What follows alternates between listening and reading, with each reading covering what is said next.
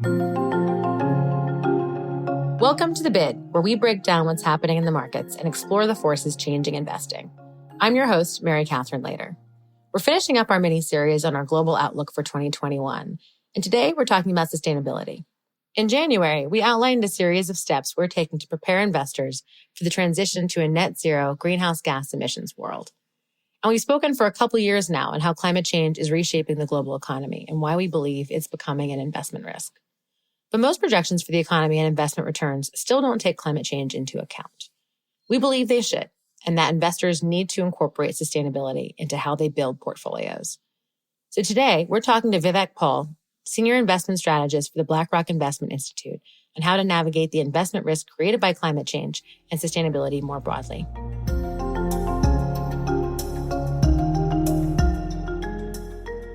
Vivek, thanks so much for joining today. Thanks, MC. Great to be here.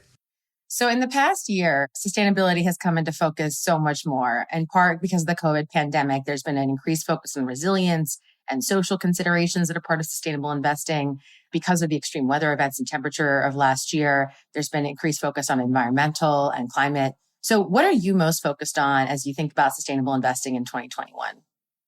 Well, I think just to echo what you said at the start, the last 12 months has been incredible. I mean, we think about governments across the world and institutions across the world and the level of change we've seen. For instance, of course, in the US, Joe Biden rejoining the Paris Accord agreements. You can see in the UK, the government prioritizing their green agenda. And in the EU Recovery Fund having explicit climate-related targets with how that money is invested. The European Recovery Fund is what the EU has decided to collectively pool its money and invest into the future of Europe to allow it to recover from the worst effects of the coronavirus pandemic. I think clearly this has been a step change in 2020. More and more corporations are signing up to initiatives to limit the amount of carbon emissions they have and so on. And I think the real question now is, how does this momentum kind of continue? And what does that mean for the pricing of asset returns? We do think that this is really one of the key drivers when we're thinking about formulating investment decisions now. We've talked about climate risk as an investment risk for some time, particularly at BlackRock, and our CEO, Larry Fink, has written an annual letter. And this year it's focused on this. What do you think that really means? Can you just kind of refresh what is climate risk as an investment risk and how does that affect asset prices? Absolutely. So climate risk is investment risk. It's the idea that the landscape of what you can and cannot buy is changing. There are risks associated with that act at a granular level. But one thing that I think is really important to recognize is it's not just investment risk, it's investment opportunity. As we transition to a different looking economy in the future, what that means is that there will be winners and losers across regions, across companies, across sectors. And really positioning well ahead of this transition, I think, is crucial for investors to make the right decisions. So climate risk influences the stability of companies, the fundamentals of companies. It influences the macroeconomic outlook. It changes, I think, the expectations one might have around GDP in different regions across different times. It also, importantly, changes how much we're willing to pay for stuff. And I think you need to consider all of those when you're making investment decisions. So that requires harnessing a lot of different data, historical data, but also forward-looking data, because part of the challenge here is that we don't really know how the climate's going to change. We don't really know what the policy remedies are going to be to drive decarbonization and work toward a net zero future. And so, of course, all investing is about trying to anticipate the future and the impact that might have on markets or a particular investment decision. But in this case, we have that many more unknowns in a way. And it also requires bringing together climate science, climate policy, understanding of different sectors. In short, it's a really hard challenge. It requires a breadth of expertise and a depth of data. And so how do you sort of start to think about where to begin, like which asset classes, which geographies might be most affected, and how we think about that incorporating the right data or the right sort of adjustments to think about climate risk? Okay, well, look, there's a lot there. And the first thing to just acknowledge is, you're right, this is hard. There's a reason why it's not standard industry practice today to effectively take into account these multitude of issues, and you're kind of making that most important decision that one makes in investment, which is what's the right blend of types of exposure, and how much broad equity, how much credit, how much government bonds, how much private markets. To answer that, you need to effectively try and come up with a vision for the future. And these effects that we're talking about affect every single aspect. Now, a couple of things we can do. Firstly, is let's explicitly acknowledge that it is tough. And that sounds trivial, but actually that is a crucial part of how we build portfolios at BlackRock over a long run horizon. We explicitly take into account this idea of fundamental uncertainty of returns. And at first glance, that sounds obvious. Of course, returns are uncertain. But actually, if you acknowledge the fact that you might have different convictions on different things, you can build that information into a portfolio construction process. And I think that's part of the way you get comfortable with the output. But then how does this then manifest? How does this influence the entirety of the investment landscape? And I think the important place to start here is this idea that society and societal preferences are shifting. That is the driver. That is the thing that is changing the world. And that changes who we elect as our elected officials and what policies they pursue. It changes what you and I are willing to buy, how we spend our money. This is the thing that is changing asset pricing and changing asset markets. What we're trying to do now is say, well, okay, great having that high level statement, but what does it mean in terms of explicit views one might have about the future? And we're trying to tackle this in three different directions. The first is crucial, the macroeconomic outlook. This is the idea of different levels of growth in different regions, different levels of inflation, the level of interest rates being different across regions. And it's worth just pausing on this because there's a really, really important point here, which I think drives the whole reason why we're doing this, right? And it's the fact that climate change is an investment opportunity. And putting it another way, the way people have talked about this in the past has been to frame the macro picture in terms of losses, in terms of negatives. People say, well, if we make this transition towards a more green environment, then what that means is we have to take a hit on growth of the following magnitude. But what's misleading about that is that people are comparing against a fictitious benchmark. They're comparing against a world in which climate change doesn't exist. We know that's not true. The real benchmark to compare against is one in which climate change occurs and no one does anything about it. And that is a very, very nasty set of occurrences. That is not a place where you're going to get fantastic returns across the board because there's material impacts on different regions and different economies and so on. And because we think people are doing stuff about it, this is why climate change is about an increase in growth. And once you change your framing, you see really this is why investment opportunity might occur. And I've got a trivial example here. Imagine you're a skydiver. You've jumped out of the plane. You're hurtling down towards the ground. And halfway through, you say, I don't want to pull the parachute because I'd rather sprout wings and fly away. Right?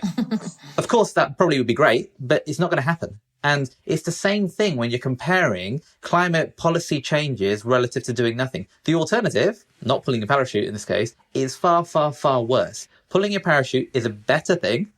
Climate change policies are a better thing than not. And that's a key kind of thing to understand here.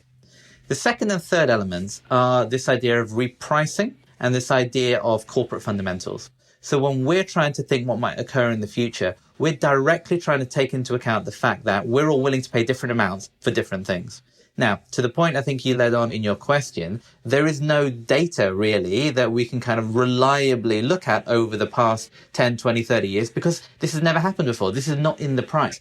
But there are important things that we can learn from history because there have been other things in the past which are long-run societal effects, changing demographics in different regions that actually influence asset prices. And what we can do is we can learn from those sorts of experiences here. We're kind of saying that actually the change in relative carbon emissions intensity actually is a key driver. We're already seeing some evidence of that, but we think we'll see much more of that in the future. Can you explain what that is, relative carbon emissions intensity? Yeah, of course. So what I mean here is the emissions a company might pump out into the atmosphere for carbon. So we're talking explicitly about scope 1 and scope 2. So this is effectively the stuff that they directly control and also the stuff that is a function of them consuming electricity, if you like. And different firms will have different amounts of carbon emissions out there. But we also need to scale for the fact that different firms are different sizes. My local post office will have less emissions than a colossal multinational, but it's probably not fair to compare them. We need to compare relative to firm size. And our belief here is that as society kind of evolves, what we're expecting is that people will reward those which are more efficient with regards to carbon emissions than are less efficient. I.e., I'm willing to effectively want to purchase something from a firm who is pumping out less carbon for a given level of size of the firm than I would for some who is not as good. So can you give an example where you think this is creating an opportunity? You're right. So much of discussion around the impact of climate change on the economy is negative. There's a couple obvious examples. In some places in the world, higher temperatures will mean higher crop yields, and that could be positive, or it could mean that real estate becomes more attractive. But what else do you think this creates in terms of opportunity?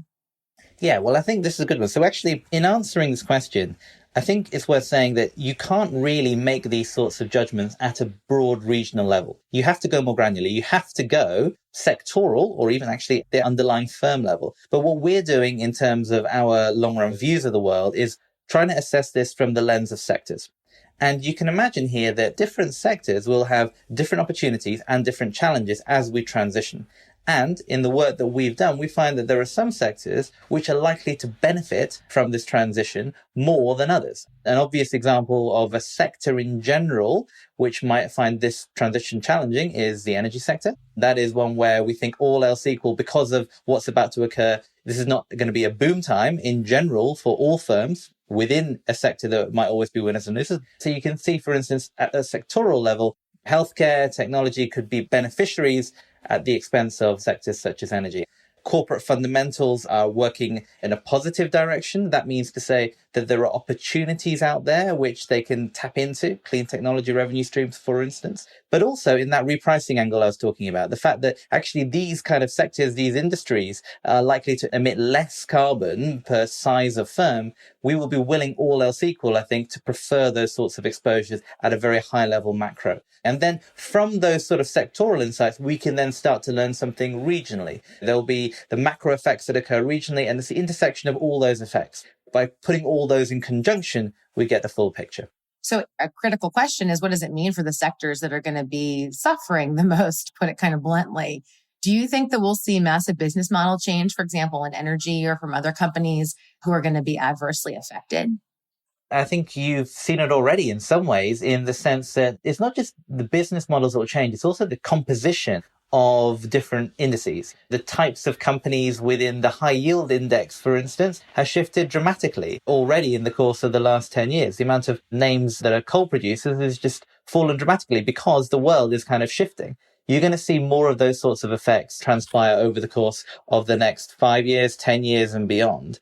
Another thing to say is that this is why this is such an investment opportunity, because the size, the magnitude of these differences is really meaningful. So when we think about the future, when we think about investing over a long run horizon, for us, in terms of the way in which we think about it, if I were to compare some of those sectors that I mentioned earlier, who we think will be the most favorable as a result of this, and some of those who are the least favorable, the gap in terms of the potential performance there, that is equivalent to some of the largest expectations we might have of returns of any asset classes. So in the context of a low return environment, that gap is massive, and that's why it's such a big investment opportunity. But to your direct question, yes, business models are going to shift, and that's really why understanding corporate fundamentals is crucial to understanding, frankly, which are going to be the winners, which are going to be the losers. Some won't make it, and indices we think will shift in composition as we go forward. So we've talked mostly about E, or climate risk specifically, not even all of E. And that's typical when we're talking about sustainable investing, because there are a number of more data sets. There's a little bit more research around the relationship between some of the stuff we've been talking about and risk and return. But what are your thoughts around social factors and governance factors? What kind of research questions are you most excited about as you think about those in 2021?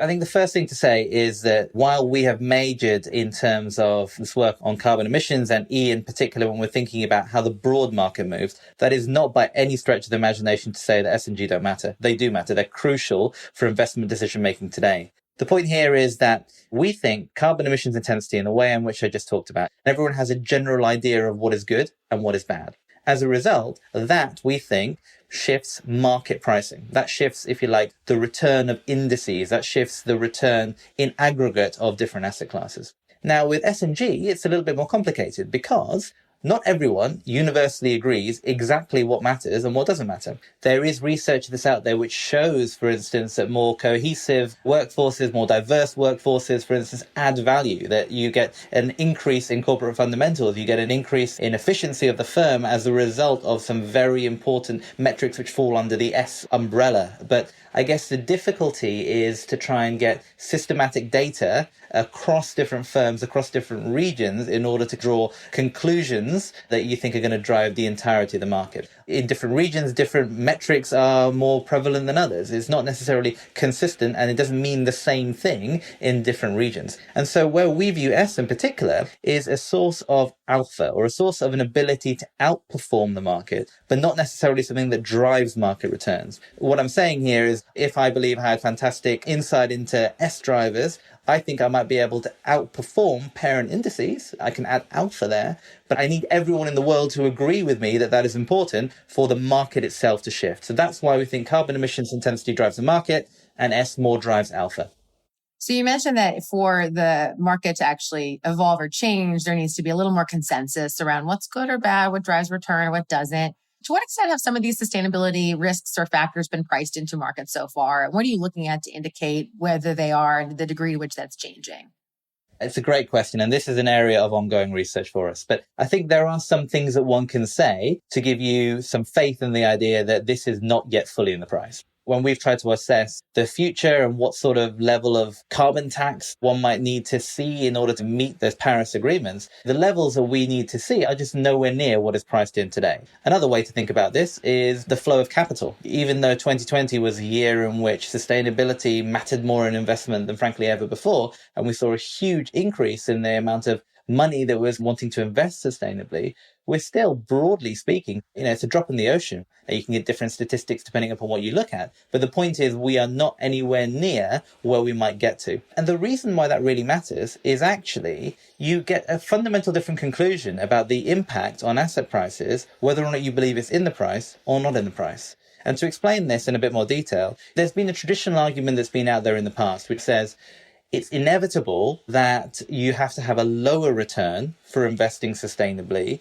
because, all else equal, I prefer this stock a little bit more because it's green or whatever it might be. And as a result, I'm willing to accept a low return. That's the traditional argument as to why you get a lower return from green stuff. The reason why that fails for us is it's not yet in the price, exactly to your question. Because if it's not yet in the price, it might yet get more expensive still. The point is that there's a shift in preferences as more and more people care and as this features more and more in investment thinking. So it is crucial to understanding the investment opportunity. And there's a bunch of ways in which you can kind of assess today that we're not yet there. Well, it sounds like that's a lot of specificity, a lot of thoughts as to how sustainability might reshape markets in the future. So thanks so much for joining us today, Vivek. It's been an absolute pleasure having you. Thank you so much. This wraps up our mini-series on our global outlook for the year ahead. Our next mini-series will focus on megatrends, the long-term structural forces shaping our future. We'll talk about technological breakthroughs like electric vehicles, cloud, 5G, the future of cities, and how fighting COVID-19 will impact medical advancements for years to come. We'll see you next time.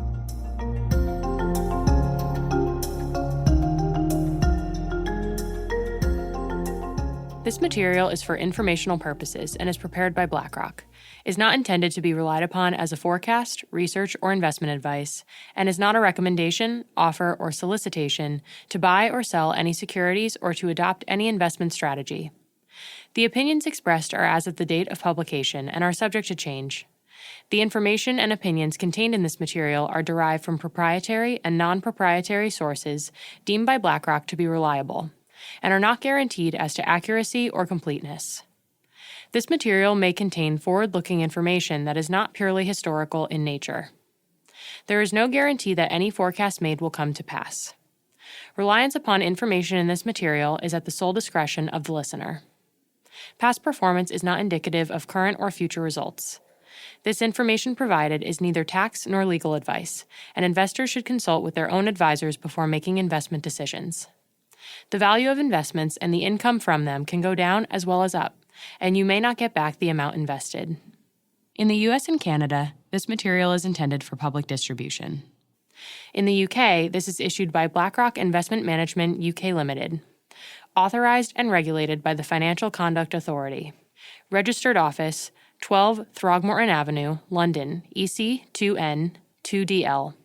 Telephone +44 020 7743 3000.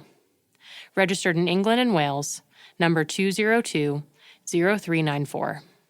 For your protection, telephone calls are usually recorded. BlackRock is a trading name of BlackRock Investment Management UK Limited. In Singapore, this is issued by BlackRock Singapore Limited, co-registration number 2000110143N. In Hong Kong, this material is issued by BlackRock Asset Management North Asia Limited and has not been reviewed by the Securities and Futures Commission of Hong Kong. In Australia, issued by BlackRock Investment Management Australia Limited, ABN 13 006 165 975 AFSL 230 523 BIMAL. The material provides general information only and does not take into account your individual objectives, financial situation, needs, or circumstances. In Latin America, this material is for educational purposes only and does not constitute investment advice nor an offer or solicitation to sell, or a solicitation of an offer to buy any shares of any fund. No securities regulators in Latin America have confirmed the accuracy of any information contained herein. The provision of investment management and investment advisory services is a regulated activity in Mexico, thus is subject to strict rules. For more information on the investment advisory services offered by BlackRock Mexico, please refer to the Investment Services Guide available at www.blackrock.com/mx. Copyright 2019 BlackRock Inc. All rights reserved. BlackRock is a registered trademark of BlackRock Inc. All other trademarks are those of their respective owners.